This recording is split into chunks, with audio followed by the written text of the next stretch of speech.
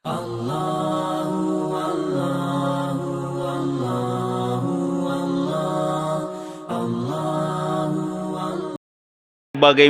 cara menggapai Lailatul Qadar dengan segala upayanya. Mudah-mudahan kita semua mendapatkan kemuliaan ini insyaallah. Hadirin hadirat dimuliakan Allah Subhanahu wa taala. Lailatul Qadar, siapa yang mengucapkan, siapa yang mempopulerkan? Allah Subhanahu wa taala, Bapak Ibu sekalian.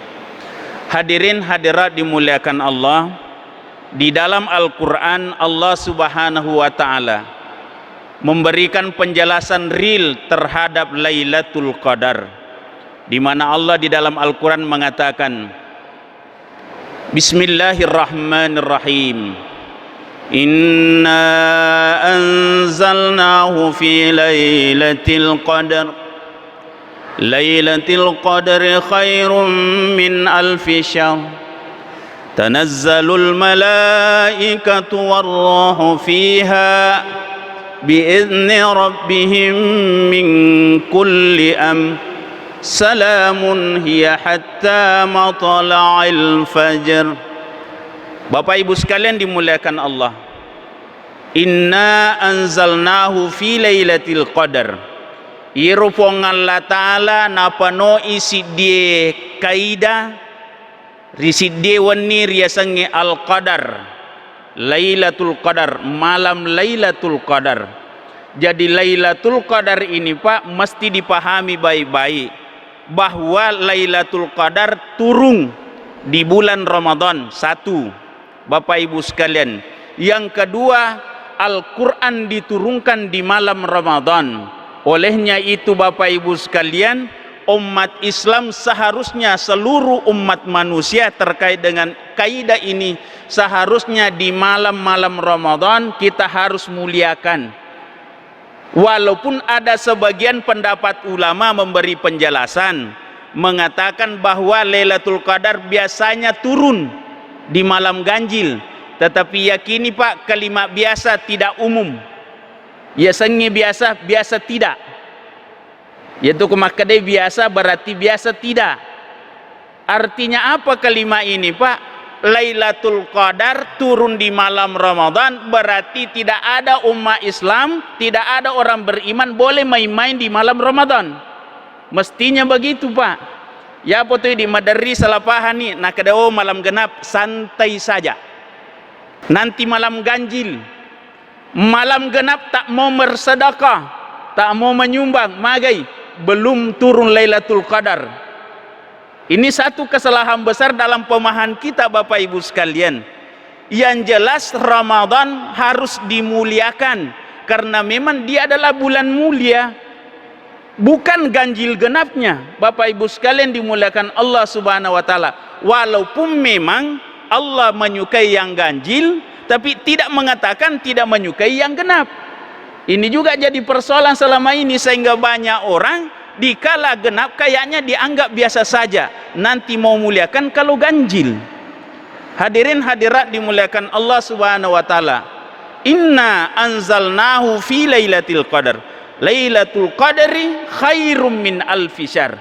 Lailatul Qadar itu, makanya Allah mempertanyakan sesudah Allah menurunkan Lailatul Qadar, Allah yang mempertanyakan, mis semoga resanya Lailatul Qadar. Allah yang bertanya, berarti Allah menginginkan kita belajar. Kira-kira kita naiki, kira-kira bagaimana caranya menjawab yang benar? Mesti belajar, bukan sekedar dibaca Bapak Ibu sekalian. Mesti ya guru ipa riasannya Lailatul Qadar. Lailatul Qadri khairum min alfi syahr. Iro bulan Lailatul Qadar lebih mulia daripada 1000 bulan. Dan inilah hampir dikatakan seluruh ulama bersepakat, inilah batas tertinggi janji Allah terhadap balasan dari setiap kemuliaan yang kita lakukan Pak. Sehingga semua ulama memberi penjelasan, kapan engkau mendapatkan janji-janji pahala melampaui batas 83 tahun, berarti perlu dipertanyakan penjelasan itu sahih atau palsu. Itu Bapak Ibu sekalian. Masa Lailatul Qadar Allah yang menurunkan batasnya hanya 1000 bulan, tiba-tiba ada orang memberi penjelasan kalau engkau melakukan ini kau lebih mulia daripada 1800 tahun misalnya Bapak Ibu sekalian. Itu tidak bisa Pak, karena Ramadan sudah bulan mulia, diturunkan kemuliaan itu berapa tahun janji Allah? Al-Fishar, 1000 bulan Bapak Ibu sekalian. Kira-kira kololongan ni apalah sisa ulang, kira-kira angka mau pagacaui Bapak Ibu sekalian dimuliakan Allah Subhanahu wa taala. Cuma memang untuk mendapatkan Lailatul Qadar ini Bapak Ibu dek na gampang Pak. Tanazzalul malaikatu warruh fiha biizni rabbihim min kulli amrin salam. Amr. Bapak Ibu, iro pong Allah taala namo malaikae na panoto. Maka dua versi penjelasan. Ada yang mengatakan malaikat turun karena keberkahan Allah, bahwa di bulan Ramadan di malam Lailatul Qadar ada kemuliaan sehingga malaikat pun turun. Tapi sisi lain di ayat kaidah memberikan penjelasan bahwa kenapa malaikat turun, karena diutus oleh Allah untuk mengatur urusan manusia. Makanya Al-Qadar ini maknanya ketentuan. Di kaidah lain dijelaskan Bapak Ibu, makada itu nigi-nigi tahu lolongan Lailatul Qadar berarti dia mendapatkan apa? Keberkahan dan keselamatan. Keberkahan dan keselamatan. Itulah janji Allah terhadap Lailatul Qadar. Niga tona tahu tiamak baraka pakalinona. Niga tahu nia setia salama. Ya kongka ni lolongero, tidak ada lagi kenikmatan tertinggi di dunia dan di akhirat insyaallah Bapak Ibu sekalian. Cuma masalahnya iris semoga kira-kira pakengker ya sange baraka magampati pau Pak maka de mak baraka iris sepau maka de mak baraka. Tapi kira-kira yulega tafsir lebih di dalam diri kita kega waktu nak baraka si dia palolongan riseseta Bapak Ibu sekalian. Maka de kaidana to acata Pak ya komeko miter ya sange baraka Bapak Ibu sekalian. Telu nomor sidi nareko lebih agaga mulolonge masageneng. Ya kongka agaga mulolongan selalu merasa masagena mak baraka itu. Ya kongka tahu lolong agaga na terima cipi kurang mana sadena baraka. Ini Bapak Ibu sekalian. Opan nenang kay lolongan mega togi cek de togi na tapa masagena isat ding okwale okon itu monro baraka Bapak Ibu sekalian. Itu yang pertama. Yang kedua nareko angka tau lolongat dale tarigenna mana? Tarigenna mana? Utanay ki gare idi tabe pat terima gaji ya ko pure ta terima gaji ta maka demo ki ga alhamdulillah masagena. Mamulan yo pangimata we krofa. Itanay si pagalunge ko pure ki mapasangking 50 kilo ipano. Si diheto jaji ase mapasang kikit 50 karu jaji kira-kira agi pau magampase po maka alhamdulillah. Tapi kota asanya leta sukuru paku tanai tapas sumoga sakana iya masagena mo ki gapasui sampai mompo paku tanai Bapak Ibu yero idi ko mapasu sake ko pure mapasang kita we Bapak Ibu sekalian kegay poloyolo maka majain rengato maka majasaka tapakan jakini pahat Pak. Ya komelo ki pak baraka idaleta perintana puangi jolo ipigau napai perintana na pasue Bapak Ibu sekalian dimuliakan Allah Subhanahu wa taala. Magi Pak nasaba meki lolong yang barakai ya apa tu ko teriak kalangi mele poloyolo Bapak Ibu sekalian yang tu nama dari ipigau muya sangagageh tapi tak terasa nikmatnya. Kenapa? Karena kita besar di akal dan di nafsu Bapak Ibu sekalian dimuliakan Allah Subhanahu wa taala. Dan ada yang lebih unik yang namanya baraka Bapak Ibu sekalian. Namo degaga naruntu sukuru to. Namo degaga naruntu sukuru to. Marejingnya. Tulero sukuru kedega teruntu. Ini Bapak Ibu sekalian. Pasti bertarung Pak. Tapi ya kau tahu sukuru Pak dega lolo maka deh. Alhamdulillah nalai decing. Wat dijaji aswe dega runtu tapi nule angka malopo paninya. Selalu mengharap seperti itu Pak. Ia tahu make itu Pak baraka pakalinonna. ya kong katau angkana nak kata ni siaga menjadi kosekuami dan nagan kosekuami dan seterusnya dah saya laban itu Pak. Mabela ni barakai Bapak Ibu sekalian dimuliakan Allah Subhanahu wa taala. Mana semoga je tangkelinga ceramahku Ibu. Tangkelinga mo Ibu. Bapak Ibu sekalian dimuliakan Allah Subhanahu wa taala. Selanjutnya Bapak Ibu sekalian, malaikat turun. Makanya Bapak Ibu sekalian, karena malaikatlah yang menyaksikan segala amalan kita, makanya kita harus di bulan Ramadan ini, salah satunya kan diterjemahkan as-saumuli wa ajzibi. Ia tu puasae anunna puange, ia mimpalai puange mi. Jadi dek to na perlu pisangi tahu maka dek ma puasa ki. Dek na perlu puange banai pitang. Jangan mentang-mentang puasa pura-pura loyo. Maka kata makor ma puasa deh. Melo ipatung ma puasa jadi madodong nak kada madodo ni puasa. Dek nak kana madodo puasa idi cau. Bapak Ibu sekalian dimuliakan Allah Subhanahu wa taala. Bapak Ibu mesti sandarkan Allah yang menguji kita. Ma khalaqata hadza batila. Degaga aga na sia-sia puangnya narik ko detulai. Dega gana pancaji puangnya sia-sia, semuanya pasti ada nilai. Tetapi yang namanya kaidah ini mestilah sandarannya kita kepada Allah Subhanahu wa taala. Bapak Ibu sekalian, terakhir salamun hiya hatta matola'il fajar. Salamai, sejahteralah, makbarakalah di malam itu sampai fajar. Jadi Bapak Ibu sekalian, ternyata disinilah uraian terindah sebenarnya Ramadan. Di malam Ramadan jangan sia-siakan malammu. Andaikan bisa dipakai Pak, Bapak Ibu, lebih baik banyak tidur siang daripada banyak tidur malam. Kan seharusnya begitu Pak. Seharusnya lebih banyak, andaikan kita mau pilih, lebih baik tidur siang banyak daripada tidur malam banyak. Kenapa? Ramadan, malam Ramadan ada malam kemuliaan yang disediakan Allah yang kita tidak tahu kapan Allah menurunkannya, apakah malam ganjil atau malam genap. Yang jelas yakini Allah pasti menurunkan setiap tahun di malam Ramadan. Bapak Ibu sekalian dimuliakan Allah Subhanahu wa taala. Terakhir sekali Bapak Ibu, tanda-tanda orang yang dapatkan Lailatul Qadar di kala malam ini. Di kala malam ini ada keburukan-keburukan pernah dilakukan. Sesudah dia dapatkan Lailatul Qadar, maka keburukan itu ditinggalkan dalam hidupnya Bapak Ibu sekalian, dan semua berubah jadi kebaikan. Maka inilah sebuah kodrat yang harus kita buru dalam kehidupan kita. Kenapa? Ujungnya adalah husnul khatimah. Salah satu yang diisyaratkan Rasulullah sallallahu alaihi wasallam untuk mencapai Lailatul Qadar adalah istilah itikaf. Itikaf ini populer dalam kaidah keislaman karena itikaf hanya ada di orang Islam, tidak ada di agama-agama lain yang dinamakan itikaf. Kenapa itikaf tidak ada di agama lain? Karena khusus di dalam Al-Quran hanya dijelaskan tentang masjid. Jadi itikaf itu berdiam diri di dalam masjid, khusus untuk mencapai sebuah keinginan. Itu Bapak Ibu sekalian jamaah subuh dimuliakan Allah.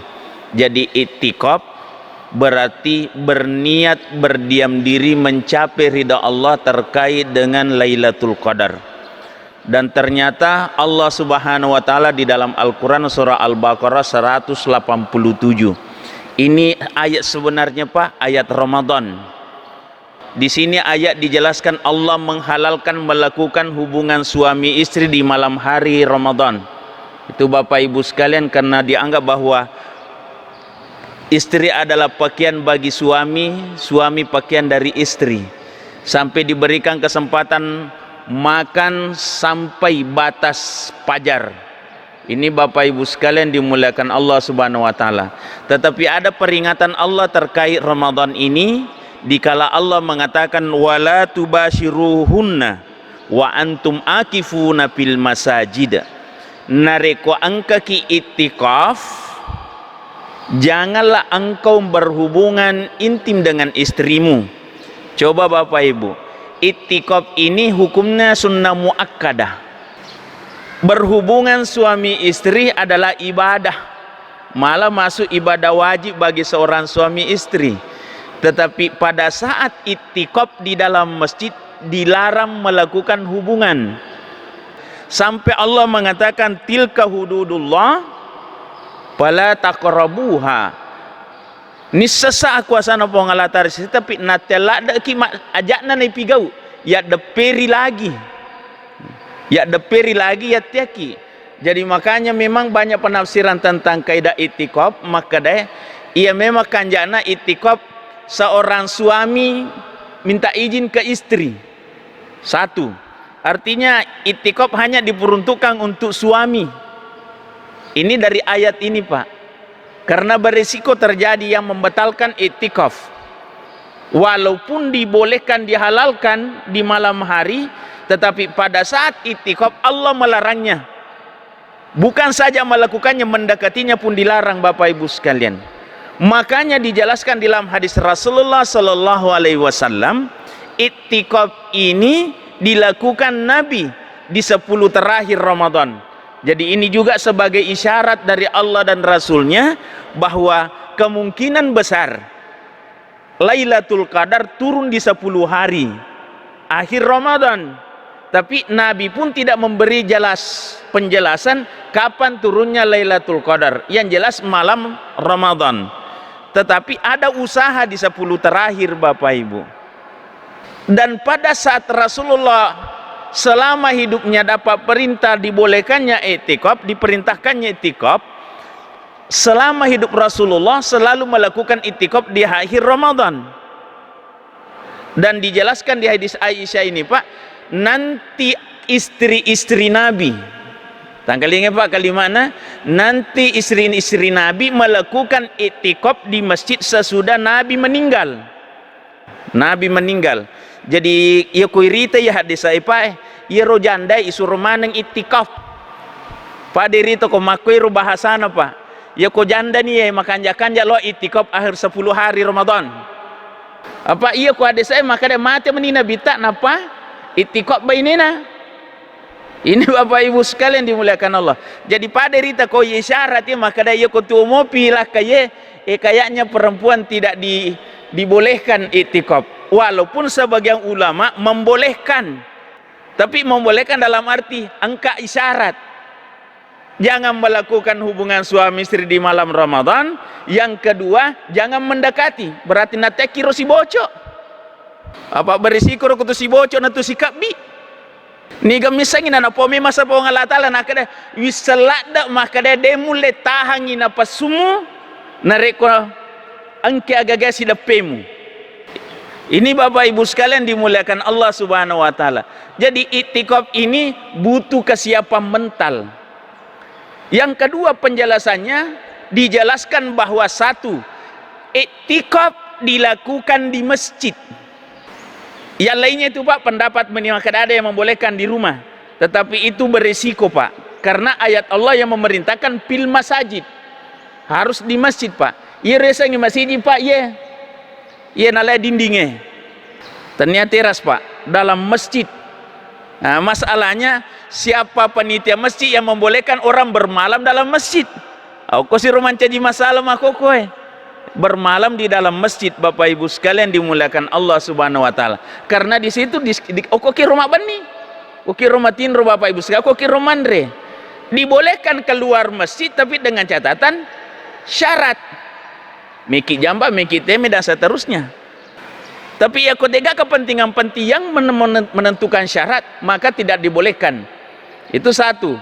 Yang kedua Bapak Ibu sekalian, i'tikaf ini waktunya tidak dibatasi sampai 10 hari, tidak. Seluruh ulama mengatakan batas terendah adalah 1 hari 1 malam 5 kali waktu sholat fardu. Itu Bapak Ibu sekalian dimuliakan Allah Subhanahu wa taala. Itu yang paling minimal disepakati ulama. Walaupun ada sebagian ulama juga mengatakan yang penting tinggal antara waktu sholat dengan waktu sholat untuk berdiam diri. Tapi artinya sudah masuk di kategori paling kebijakan luar biasa. I'tikaf berdiam diri. Hadirin hadirat dimuliakan Allah Subhanahu wa taala. Olehnya itu itikaf ini butuh kesiapan mental. Agama ipigau okoro itikaf intinya adalah mendekatkan diri kepada Allah Subhanahu wa taala. Jadi agama ipigau nomor dia mas sempaja taru, sempaja perlue, sempaja sunnah pamegai, masih kiri pamegai, termasuk kajian-kajian keagamaan, kajian-kajian Islam Bapak Ibu sekalian. Termasuk di hadis inilah diberikan penjelasan bahwa perempuan tidak pernah dilarang salat di masjid. Ini yang harus ditegasi dari ayat ini, hadis ini Pak.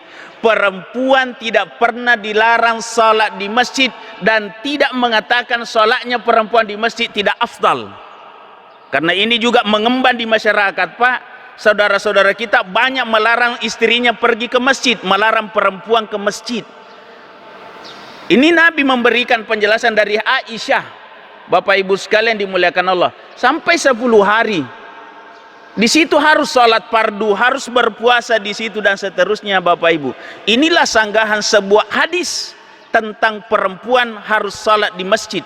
Jemaah subuh dimuliakan Allah Subhanahu wa taala. Walaupun namanya perbedaan pendapat tak bisa dihindari, tetapi harus kita kuatkan keyakinan itu bahwa Allah dan Rasulnya tidak pernah mengkungkum perempuan untuk beribadah di masjid. Sampai Nabi Muhammad Rasulullah SAW dalam satu kaidahnya melarang seorang suami melarang istrinya ke masjid untuk beribadah kepada Allah Subhanahu wa taala. Bapak Ibu sekalian dimuliakan Allah, kalau istrinya mau, tapi ekotie deto nawa dingi passa. Ini jemaah subuh dimuliakan Allah Subhanahu wa taala. Olehnya itu kajian keislaman ini sangat penting Pak. Pemahaman keagamaan harus dikembangkan lebih. Itulah sebab Allah dalam Al-Quran, may yuridillahu khairan yufaqihu fiddin. Allah sangat memuliakan orang-orang yang memiliki pemahaman agama bagus. Bukan keyakinan agama yang bagus Pak, tapi pemahaman yang bagus. Apa madari aku makanja itapat na tawe na masalah Pak di sengen Pak, yana tu maromok bunuh diri.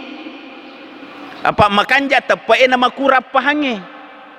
Ya tosi ko makanja ipahan na tawe masalah tapat na Pak, maromotosi na culi-culai agamai. Meromotosi na culi-culai apa ceni-ceni ngati Pak.